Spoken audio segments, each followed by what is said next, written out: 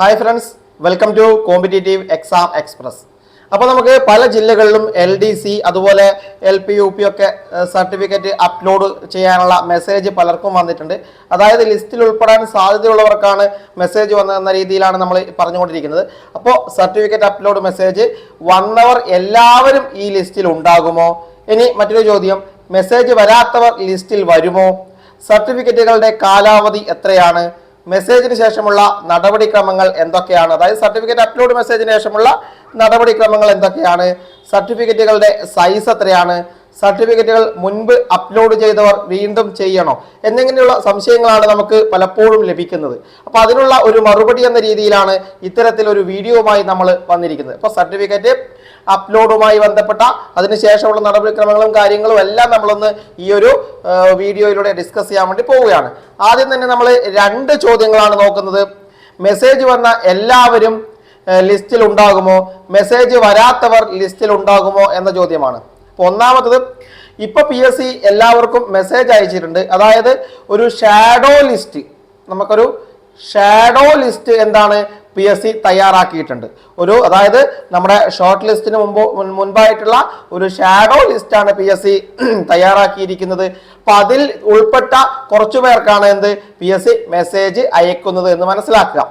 ഇനി മെസ്സേജ് വന്ന എല്ലാവരും ലിസ്റ്റിൽ ഉണ്ടാകുമോ എന്ന് ചോദിച്ചാൽ നമുക്ക് ചിലരെങ്കിലും ഉണ്ടാവില്ല എന്ന ഒരു ഉത്തരത്തിലേക്ക് എത്തേണ്ടി വരും. അതായത് മെസ്സേജ് വന്ന എല്ലാവരും ഉണ്ടാകുമോ എന്ന് ചോദിച്ചാൽ ചിലരെങ്കിലും ഉണ്ടാവില്ല. കാരണം ഇത് സർട്ടിഫിക്കറ്റ് അപ്ലോഡ് ചെയ്ത ശേഷം, ഇപ്പൊ സർട്ടിഫിക്കറ്റ് അപ്ലോഡ് ചെയ്യാനുള്ള ഒരു മെസ്സേജ് വന്നിട്ടുണ്ട്. സർട്ടിഫിക്കറ്റ് അപ്ലോഡ് ചെയ്ത ശേഷം അതിൽ എറർ വന്നവർ, കൃത്യമായ രീതിയിൽ സർട്ടിഫിക്കറ്റ് അപ്ലോഡ് ചെയ്യാത്തവർ എന്നിങ്ങനെയുള്ള ആളുകൾ എന്ത് ചെയ്യും? ഈ ഒരു ലിസ്റ്റിൽ നിന്ന് പുറത്തു പോകും. പകരം കുറച്ചുപേരെ കൂടി എന്ത് ചെയ്യും? ഈ തന്നിരിക്കുന്ന മെസ്സേജ് വന്നവരെ PSC ആഡ് ചെയ്തിട്ടാണ് ഷോർട്ട് ലിസ്റ്റ് പ്രസിദ്ധീകരിക്കാൻ വേണ്ടി പോകുന്നത്. അതുകൊണ്ട് മെസ്സേജ് വന്ന എല്ലാവരും ലിസ്റ്റിൽ ഉണ്ടാകുമോ എന്ന് ചോദിച്ചാൽ നമുക്ക് അത് കൃത്യമായിട്ട് ഉറപ്പായിട്ട് പറയാൻ പറ്റില്ല. ഉണ്ടാകുമെന്ന് ചില ആളുകൾ ഉണ്ടാവും, ചിലർ ഉണ്ടാവില്ല. അങ്ങനെയാണ് ഇതിന്റെ ഒരു രീതി എന്ന് പറയുന്നത്. അതാദ്യം മനസ്സിലാക്കുക. എല്ലാവരും ഉണ്ടാകണമെന്നില്ല, എന്നാൽ ഭൂരിഭാഗം പേരും ഉണ്ടാവുക തന്നെ ചെയ്യും. അതാണ് ഒന്നാമത്തെ ഉത്തരം. എല്ലാവരും ലിസ്റ്റിൽ ഉണ്ടാകുമോ? ഉണ്ടാവാനും ഉണ്ടാതിരിക്കാൻ സാധ്യതയുണ്ട് എന്ന് പറഞ്ഞ പോലെയല്ല. ഷാഡോ ലിസ്റ്റാണ്. നിങ്ങളുടെ സർട്ടിഫിക്കറ്റ് ഒക്കെ കൃത്യമായ രീതിയിലാണ് അപ്ലോഡ് ചെയ്യുന്നത്. പറയുന്ന സർട്ടിഫിക്കറ്റുകളൊക്കെ നിങ്ങൾക്ക് ഉണ്ട് എങ്കിൽ നിങ്ങൾ ലിസ്റ്റിൽ ഉണ്ടാവാനുള്ള സാധ്യത കൂടുതലാണ്. അല്ലാത്തവരാണ് പരമാവധി പേര് പുറത്തു പോകുന്നത്. ഇപ്പോൾ ഒരു ഷാഡോ ലിസ്റ്റാണ് PSC ഇപ്പോൾ തയ്യാറാക്കിയിരിക്കുന്നത്. ആ ഷാഡോ ലിസ്റ്റിലുള്ള ആളുകൾക്കാണ് ഇപ്പോൾ മെസ്സേജ് അയച്ചുകൊണ്ടിരിക്കുന്നത്. നിങ്ങൾ മനസ്സിലാക്കുക. ഇനി മെസ്സേജ് വരാത്തവർ ലിസ്റ്റിൽ ഉണ്ടാകുമോ എന്ന് ചോദിച്ചാൽ ഇതിന് സാധ്യത 99.99% എന്താണ്? നോ എന്ന് തന്നെയാണ്. മെസ്സേജ് വരാത്തവർ ലിസ്റ്റിൽ ഉണ്ടാകാനുള്ള സാധ്യത കുറവാണ് എന്ന് നിങ്ങൾ മനസ്സിലാക്കുക. ഇത്ര ശതമാനം കുറവാണ്.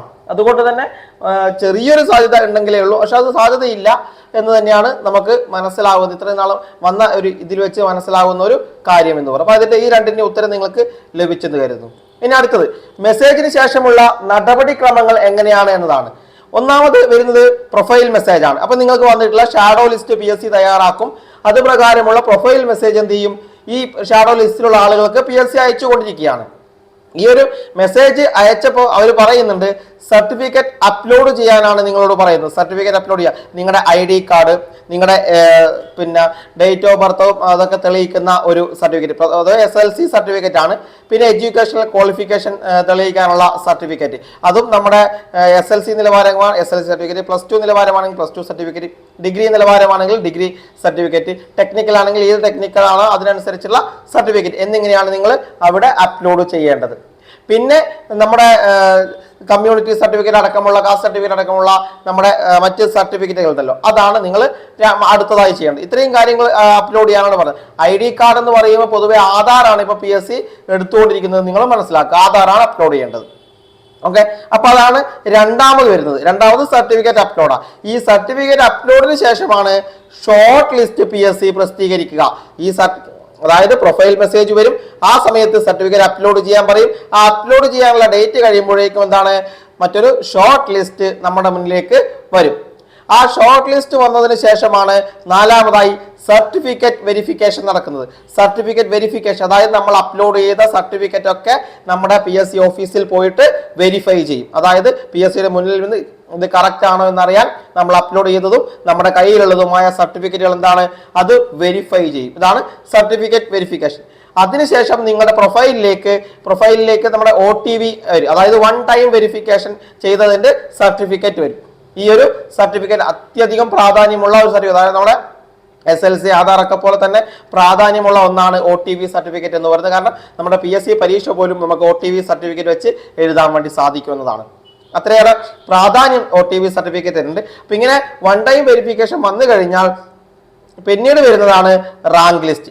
ഇതിനൊക്കെ ശേഷം എന്താണ് റാങ്ക് ലിസ്റ്റ് പ്രസിദ്ധപ്പെടുത്തുമെന്ന് മനസ്സിലായി. പിന്നെ സർട്ടിഫിക്കറ്റ് വെരിഫിക്കേഷൻ എന്ന് പറയുന്നത് ലിസ്റ്റിൽ ഉൾപ്പെട്ട മെയിൻ ലിസ്റ്റിൽ ഉൾപ്പെട്ട ആളുകൾക്ക് മാത്രമല്ല, നമ്മുടെ സപ്ലിമെന്ററി ലിസ്റ്റിൽ ഉൾപ്പെട്ട ആളുകൾക്ക് കൂടി വരുമെന്ന വസ്തുത നിങ്ങൾ മനസ്സിലാക്കുക. ഇതാണ് അതിനുശേഷമുള്ള നടപടിക്രമങ്ങൾ. ഇനി കുറച്ചുപേരൊക്കെ ചോദിക്കുന്നതാണ്, സാർ റാങ്ക് ലിസ്റ്റ് വന്ന അപ്പം തന്നെ അപ്പോയിന്റ്മെന്റ് നൽകില്ലേ, അല്ലെങ്കിൽ അഡ്വൈസ് നൽകില്ലേ എന്നാണ്. അപ്പൊ നിങ്ങൾ ആദ്യം മനസ്സിലാക്കുക, ഇവർ LDC ആണ്. ഇപ്പൊ തിരുവനന്തപുരം ജില്ലയിലെ LDCയുടെ ഒരു റാങ്ക് ലിസ്റ്റ് വന്നെന്ന് കരുതുക. ഇപ്പൊ നിലവിൽ അവിടെ ഒരു 31 ഒഴിവുണ്ട്. നിലവിലൊരു 31 ഒഴിവുണ്ടെങ്കിൽ ഇതിന്റെ ഈ 31 ഒഴിവിലേക്കുള്ള നടപടിക്രമങ്ങൾ മാത്രമാണ് റാങ്ക് ലിസ്റ്റ് വന്ന ശേഷം ഒഴിവുകൾ റിപ്പോർട്ട് ചെയ്യപ്പെട്ടിട്ടുണ്ടെങ്കിൽ PSC നടത്തുക. അതൊരു 1 മുതൽ 3 മാസം വരെ സമയമെടുത്ത് വേണമെങ്കിൽ PSCക്ക് ചെയ്യാം. 1 മുതൽ 3 മാസം വരെ സമയമെടുത്ത് ആദ്യം അഡ്വൈസ് അയക്കും. പിന്നീട് അപ്പോയിന്റ്മെന്റ്, അത് ഏത് അപ്പോയിന്റ്മെന്റ് അതോറിറ്റിയാണോ അവരാണ് അപ്പോയിന്റ്മെന്റ് അയക്കുന്നത്, അഡ്വൈസ് അയക്കുന്നത് PSC ആണ്. അപ്പോൾ അപ്പോയിന്റ്മെന്റ് കിട്ടുന്നത് അവർ ചെയ്യും. ഇങ്ങനെയാണ് ചെയ്യുന്നത്. പിന്നീട് വരുന്ന ഓരോ ഒഴിവുകൾ എപ്പോഴാണോ വരുന്നത് അതിനനുസരിച്ചായിരിക്കും ഒഴിവുകൾ റിപ്പോർട്ട് ചെയ്താൽ മാത്രമേ PSC അതിന്റെ അഡ്വൈസും കാര്യങ്ങളും അയക്കുകയുള്ളൂ. അല്ലാതെ ഈ റാങ്ക് ലിസ്റ്റിൽ ഉൾപ്പെട്ട മുഴുവൻ പേർക്കും PSC ആ സ്പോട്ടിൽ തന്നെ അപ്പോയിന്റ്മെന്റ് അല്ലെങ്കിൽ അഡ്വൈസ് അയക്കില്ല എന്ന് നിങ്ങൾ മനസ്സിലാക്കുക. അറിയാത്ത ആളുകളുണ്ട്, പുതുതായിട്ട് വരുന്ന പലർക്കും ഇത് അറിയില്ല, അതുകൊണ്ട് പറയുന്നതാണ്. അതായത് ഒരു റാങ്ക് ലിസ്റ്റിന് 1 വർഷം മുതൽ 3 വർഷം വരെയാണ് കാലം. ഏറ്റവും കുറഞ്ഞത് 1 വർഷവും കൂടിയത് 3 വർഷവുമാണ്. ഇപ്പൊ പലതും 3 വർഷം ഇങ്ങനെ 3 വർഷത്തേക്കാണ് ലിസ്റ്റ് എന്ന് എവിടെയും പറഞ്ഞിട്ടില്ലെങ്കിൽ കൂടി ഇപ്പൊ സാധാരണഗതിയിൽ 3 വർഷത്തേക്കാണ് ഒരു ലിസ്റ്റ് PSC തയ്യാറാക്കുന്നത്. ഏറ്റവും കുറഞ്ഞത് 3ഉം ഏറ്റവും കുറഞ്ഞത് 1ഉം കൂടിയത് 3 വർഷവും എന്ന രീതിയിലാണ്. അപ്പൊ ഈ 3 വർഷം കൊണ്ട് എത്രയോ ഒഴിവുകൾ റിപ്പോർട്ട് ചെയ്യുന്നോ അതിലേക്കാണ് ഈ റാങ്ക് ലിസ്റ്റുകളിൽ നിന്ന് നിയമനം നടത്തുക എന്ന് മനസ്സിലാക്കുക. അതായത് ചിലപ്പോൾ നിങ്ങൾക്ക് ഈ 3ാമത്തെ വർഷം ലിസ്റ്റ് തീരാൻ വേണ്ടി പോകുന്ന ആ മാസമാണ് ഒരു 10 ഒഴിവ് റിപ്പോർട്ട് ചെയ്യുമെങ്കിൽ ആ 10 ഒഴിവിലേക്ക് ഏറ്റവും അവസാനം ആർക്കൊക്കെയാണ് കിട്ടാനുള്ളത് അവർക്കാണ് അഡ്വൈസും അപ്പോയിന്റ്മെന്റും കൊടുക്കുക. ഇങ്ങനെയാണ് റാങ്ക് ലിസ്റ്റിന്റെ കാര്യങ്ങൾ എന്ന് പറയുന്നത്. ഓക്കെ, അതവിടെ മനസ്സിലാക്കുക. ഈ കാര്യങ്ങൾ ജസ്റ്റ് പറഞ്ഞെന്നേ ഉള്ളൂ. ഒഴിവുകൾ ഓൾറെഡി ഉണ്ടെങ്കിൽ 2-3 മാസം കൊണ്ട് നിങ്ങൾക്ക് ഇതിന്റെ അപ്പോയിന്റ്മെന്റ് കിട്ടും. അതാണ് പറയാനുള്ളത്. ഓക്കെ, അപ്പൊ ഈ ഒരു കാര്യം നിങ്ങൾക്ക് മനസ്സിലായി എന്ന് വിചാരിക്കുന്നു. മനസ്സിലാകാത്തവർ കൂടി ഒന്ന് മനസ്സിലാക്കുക. ഇനി സർട്ടിഫിക്കറ്റുകളുടെ കാലാവധിയാണ്. ഒന്ന് കാസ്റ്റ് സർട്ടിഫിക്കറ്റിന്റെ കാലാവധി പൊതുവെ 3 വർഷമാണ്. കാസ്റ്റ് സർട്ടിഫിക്കറ്റിന്റെ കാലാവധി 3 വർഷവും നോൺ ക്രീമിലെയറിന്റെ കാലാവധി 1 വർഷവുമാണ്. ഒരു വർഷവുമാണ്. കമ്മ്യൂണിറ്റി സർട്ടിഫിക്കറ്റിന്റെ കാലാവധി പൊതുവെ 3 വർഷമാണ്. കമ്മ്യൂണിറ്റി സർട്ടിഫിക്കറ്റും ഇത് സെയിം തന്നെ 3 വർഷമാണ്. EWSന്റെ 1 വർഷമാണ്. ഒരു ഫിനാൻഷ്യൽ ഇയർ എന്നാണ് പറയുന്നത്. EWSന്റെ കാലാവധി ഒരു ഫിനാൻഷ്യൽ ഇയർ എന്നതാണ് നമ്മൾ കാൽക്കുലേറ്റ് ചെയ്യുന്നതെന്ന് മനസ്സിലാക്കുക. ഓക്കെ, ഇതാണ് സർട്ടിഫിക്കറ്റുകളുടെ കാലാവധി എന്ന് പറയുന്നത്. ഇനി അടുത്തത് സർട്ടിഫിക്കറ്റ് സൈസ് ആണ്. സർട്ടിഫിക്കറ്റുകളുടെ സൈസ് അത് 100 KB ആണ് മാക്സിമം സൈസ് എന്ന് പറയുന്നത്. അതായത് 100 KB താഴെ ആയിരിക്കണം സൈസ്. ഇതിന്റെ വിഡ്ത്തും ഹൈറ്റും 500x500, resolution width height 500x500 ആണ് എന്ന് മനസ്സിലാക്കുക. ഇനി ആധാർ അപ്ലോഡ് ചെയ്യുമ്പോൾ ആധാറിന്റെ 2 സൈഡും അപ്ലോഡ് ചെയ്യണം. അതായത് നമ്മുടെ പേരും ഇത് ഫോട്ടോ ഒക്കെ വരുന്ന ഒരു സൈഡും നമ്മുടെ അഡ്രസ്സ് വരുന്ന മറ്റൊരു സൈഡും, അങ്ങനെ 2 സൈഡും എന്ത് ചെയ്യുക, അപ്ലോഡ് ചെയ്യാൻ വേണ്ടി ശ്രമിക്കുക. അതായത് ID പ്രൂഫ്, നമ്മുടെ SLC സർട്ടിഫിക്കറ്റ്, പിന്നെ നിങ്ങൾക്ക് കമ്മ്യൂണിറ്റി അടക്കമുള്ള EWS അടക്കമുള്ള സർട്ടിഫിക്കറ്റ് ഉണ്ടെങ്കിൽ അത് നിങ്ങൾ എന്ത് ചെയ്യുക, അപ്ലോഡ് ചെയ്യുക. ഇതൊക്കെയാണ് അപ്ലോഡ് ചെയ്യേണ്ടത്. അതിനുശേഷം വെരിഫൈ ചെയ്യുക. ഇനി പലരും ചോദിക്കുന്നതാണ്, ഒരു തവണ നമ്മൾ അപ്ലോഡ് ചെയ്തവർ വീണ്ടും ചെയ്യണോ? അതായത് ഇപ്പോൾ LP-UP ലിസ്റ്റ് വന്നിട്ടുണ്ട്. LP-UP ലിസ്റ്റ് വന്നപ്പോൾ അപ്ലോഡ് ചെയ്ത പലർക്കും LDC ലിസ്റ്റിലും ഉൾപ്പെട്ടിട്ടുണ്ടെന്ന് മനസ്സിലാക്കുക. അപ്പൊ അവര് ചോദിക്കുന്നതാണ്, നമ്മൾ ഓൾറെഡി UPയുടെ വന്നപ്പോൾ അല്ലെങ്കിൽ LPയുടെ വന്നപ്പോൾ അപ്ലോഡ് ചെയ്തതാണ്, LDCയുടെ വീണ്ടും വന്നു, നമ്മൾ വീണ്ടും അപ്ലോഡ് ചെയ്യണോ എന്ന് ചോദിച്ചാൽ നിങ്ങൾ ഇത് പ്രകാരമുള്ള ID, ആധാർ കാർഡും SLC സർട്ടിഫിക്കറ്റും ഒക്കെ അപ്ലോഡ് ചെയ്തിട്ടുണ്ടെങ്കിൽ ഇത് വീണ്ടും അപ്ലോഡ് ചെയ്യേണ്ട. അല്ലെങ്കിൽ നിങ്ങൾക്ക് ഓൾറെഡി OTV ഇത് കിട്ടിയിട്ടുണ്ടെങ്കിൽ വീണ്ടും നിങ്ങൾ ചെയ്യണ്ട. പക്ഷെ വെരിഫിക്കേഷൻ സമയത്ത് ഒന്ന് വെരിഫൈ ചെയ്യാൻ വേണ്ടി പോവുക. നിങ്ങൾ സർട്ടിഫിക്കറ്റുകളൊക്കെ വെരിഫൈ ചെയ്തതാണോ എന്ന് നോക്കുക. ഇനി നിങ്ങളുടെ ഇതിലൊരു കാര്യം എന്ന് പറയുന്നത് കമ്മ്യൂണിറ്റി അടക്കമുള്ള EWS അടക്കമുള്ള സർട്ടിഫിക്കറ്റുകൾ ഓൾറെഡി അപ്ലോഡ് ചെയ്തവർ മനസ്സിലാക്കുക, ഇതിന്റെ കാലാവധി കഴിഞ്ഞതാണെങ്കിൽ ഈ സർട്ടിഫിക്കറ്റ് കമ്മ്യൂണിറ്റിയോ ക്രീമിലെയറോ EWS അടക്കമുള്ളതിന്റെ കാലാവധി കഴിഞ്ഞതാണെങ്കിൽ പുതിയ സർട്ടിഫിക്കറ്റ് വീണ്ടും നിങ്ങൾ അപ്ലോഡ് ചെയ്യണം. കാലാവധി കഴിഞ്ഞതാണെങ്കിൽ വീണ്ടും അപ്ലോഡ് ചെയ്യണമെന്ന് മനസ്സിലാക്കുക. അതാണ് ഇവിടെ പ്രധാനമായി. അതിനുശേഷം എന്താണ്, PSC ഓഫീസിൽ പോയി ഈ പറഞ്ഞിരിക്കുന്ന ഡേറ്റിൽ നമുക്ക് ഡേറ്റ് തരും, ആ ഡേറ്റിൽ വെരിഫിക്കേഷന് വേണ്ടി ഹാജരാവുക. അതിനുശേഷം OTP നിങ്ങളുടെ കയ്യിലേക്ക് എടുത്ത് സൂക്ഷിച്ചു വെക്കുക എന്നതാണ് പറയാനുള്ളത്. അപ്പൊ ഇതാണ് ഒരു തവണ അപ്ലോഡ് ചെയ്തവർ വീണ്ടും ചെയ്യണമെന്ന് ചോദിക്കുമ്പോൾ പറയാനുള്ളത്. ഓൾറെഡി LP UP വന്ന് അപ്ലോഡ് ചെയ്തവർ LDCക്ക് വീണ്ടും അപ്ലോഡ് ചെയ്യേണ്ട, പക്ഷേ വെരിഫിക്കേഷൻ ടൈമിൽ ഒറിജിനലുമായി പോയിട്ട് അത് വെരിഫൈ ചെയ്യേണ്ടി വരും. ഇത്രയാണ് ഇതുമായി ബന്ധപ്പെട്ട് പൊതുവെ പറയാനുള്ളത്. ഇനി നമ്മുടെ പ്രൊഫൈലിൽ കയറി കഴിഞ്ഞാൽ നിങ്ങൾക്ക് ഇതുപോലെ നമ്മുടെ പ്രൊഫൈലിൽ കയറുക. അതിൽ തന്നെ നമുക്ക് നമ്മുടെ പ്രൊഫൈൽ എന്ന് പറഞ്ഞൊരു ഇതുണ്ട്. ആ പ്രൊഫൈലിലാണ് ക്ലിക്ക് ചെയ്യുമ്പോൾ നമുക്ക് അവിടെ നമ്മുടെ ഫോട്ടോ അല്ലെങ്കിൽ പുതിയ സർട്ടിഫിക്കറ്റുകളൊക്കെ അപ്ലോഡ് ചെയ്യാനുള്ള ഒരു ലിങ്ക് ഉണ്ട്. അതിന്റെ തൊട്ടടുത്ത് പ്രൊഫൈലിൽ കറക്ഷൻ വല്ലതും ഉണ്ടെങ്കിൽ അത് തിരുത്താനുള്ള ഒരു ലിങ്ക് കൂടി ഉണ്ട്. അപ്പൊ ആദ്യം പ്രൊഫൈലിൽ കയറി കഴിയുമ്പോൾ നമ്മുടെ എക്സ്പീരിയൻസ്, എഡ്യൂക്കേഷൻ, ക്വാളിഫിക്കേഷൻ അടക്കമുള്ള പലതുണ്ട്. സ്കാൻഡ് ഡോക്യുമെന്റ്, അതുപോലെ നമ്മുടെ ഇത്തരത്തിലുള്ള സർട്ടിഫിക്കറ്റുകൾ അപ്ലോഡ് ചെയ്യാനുള്ള സ്ഥലം, അതൊക്കെ ഉണ്ട്. അവിടെ നിങ്ങൾ കൃത്യമായി ക്ലിക്ക് ചെയ്ത് കൊടുക്കുമ്പോൾ നമുക്ക് ഓരോ സർട്ടിഫിക്കറ്റുകളുടെയും ഡീറ്റെയിൽസ് അവിടെ വരും. അവിടെ നിങ്ങളത് അപ്ലോഡ് ചെയ്ത് കൊടുത്താൽ മതി. ആ സ്കാൻ ചെയ്യുമ്പോഴുള്ള ഡീറ്റെയിൽസ് ആണ് ഇവിടെ പറഞ്ഞിരിക്കുന്നത്. അത് അതിനനുസരിച്ച് അപ്ലോഡ് ചെയ്ത് കൊടുക്കുക.